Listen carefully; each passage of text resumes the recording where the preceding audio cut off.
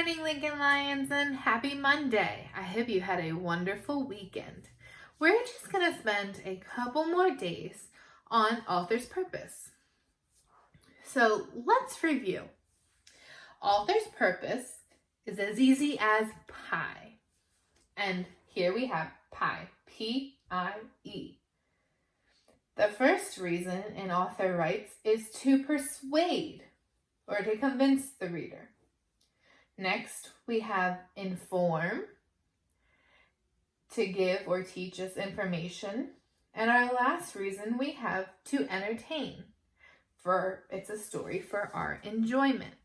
So before I read you the story I picked for today, I had asked you to decide what was the author's purpose for writing this story. What's out there? A book about space. So I hope you told someone at home or told your teachers what the purpose was. But I say that the purpose was to inform. It was to teach us something new or give us information about space. So just like on Friday, I would like you to share with somebody at home or your teachers after I read the story, what was the author's purpose for writing the story we read today. The story we're going to read today is Miss Piggle Wiggle's Won't Take a Bath Cure.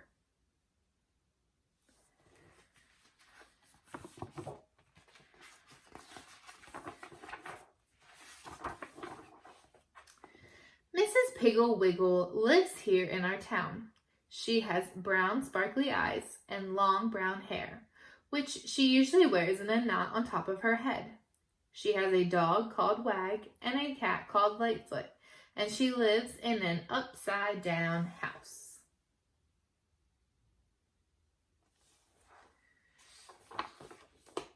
All the children love Miss Piggle Wiggle, and Mrs. Piggle Wiggle loves them.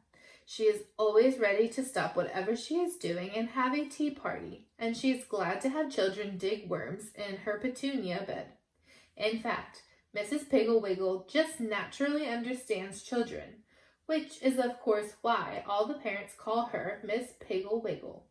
Whenever their children are being difficult, Mrs. Piggle Wiggle always knows exactly what to do. Help cure children's bad habits, like not taking a bath, which was Patsy Brown's bad habit.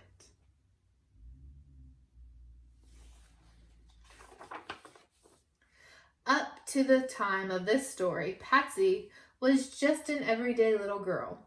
But one morning, Patsy's mother filled the bathtub with nice warm water and called to Patsy to come and take her bath. But when Patsy saw the nice warm tub of water, she began to scream and yell and kick and howl like a wild animal.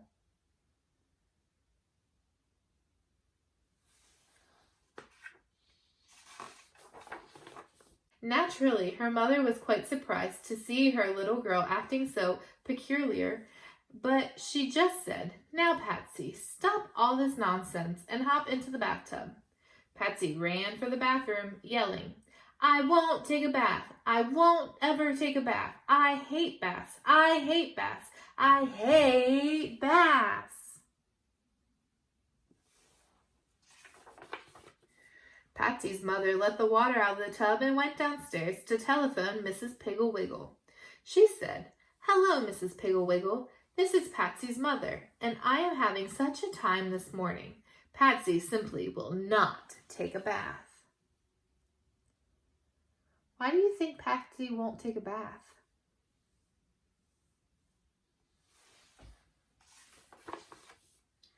Mrs. Piggle Wiggle said, "I would say the radish cure is probably the quickest and most lasting. All you have to do is buy one package of radish seeds, then let Patsy alone as far as washing is concerned. When she has about a half an inch of rich black dirt all over her, scatter radish seeds on her arms and her heads. Press them in gently, and then wait." Why do you think she told her to put radish seeds on her? What do you think's going to happen? Make your prediction now.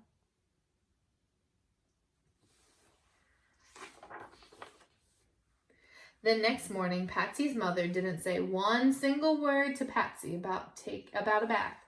So Patsy was sweet and didn't act like a wild animal. The next day was the same, and so was the next.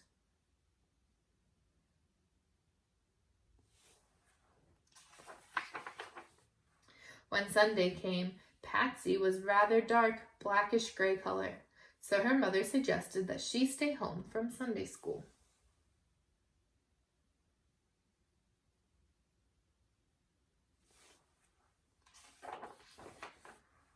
At the end of the third week, Patsy skipped out to get the mail, and the postman, on seeing her straggly, uncombed, dust-caked hair and the layer of dirt on her face, neck, and arms, gave a terrified yell and fell to the porch.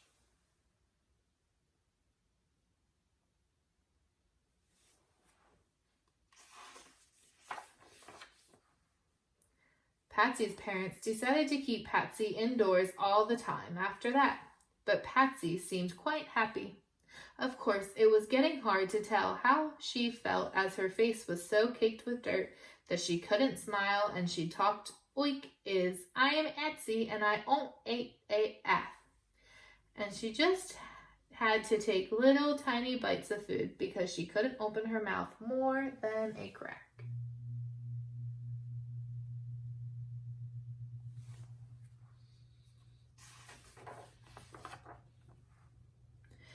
At last, the day came when Patsy was ready to plant. That night, when she was asleep, her mother and father tiptoed into her room and very gently pressed radish seeds into the dirt on her forehead, her arms, and the backs of her hands. What do you think is going to happen?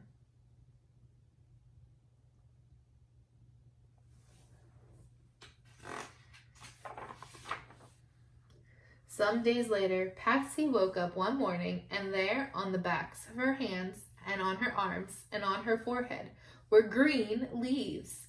She jumped out of bed and ran down the stairs to the dining room, where her mother and father were eating breakfast. Oik, oik, am I ants? She squeaked. Uh-oh, what happened?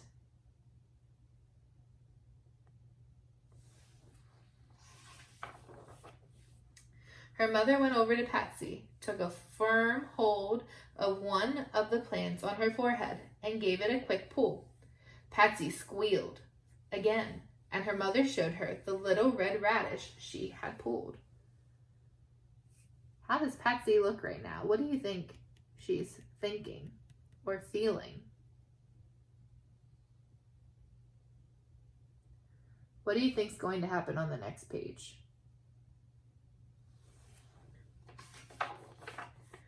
Patsy suddenly said, Edder, I unt a ath.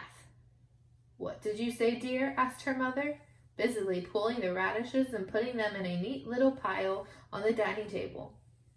I unt a ba-ath, said Patsy so plainly it cracked the mud off her left cheek.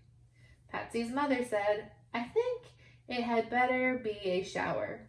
And without another word, she went upstairs and turned on the warm water.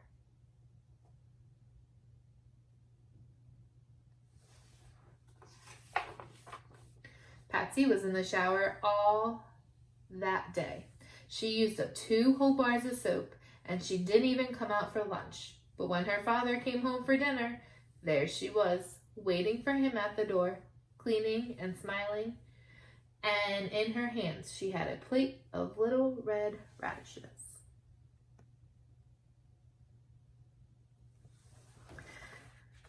So remember, what you need to do now is you need to share with somebody at home or your teachers what was the author's purpose for writing this story. Was it to persuade? Was it to inform? Or was it to entertain? You'll have to come back tomorrow to find out the answer. Have a wonderful evening. Bye.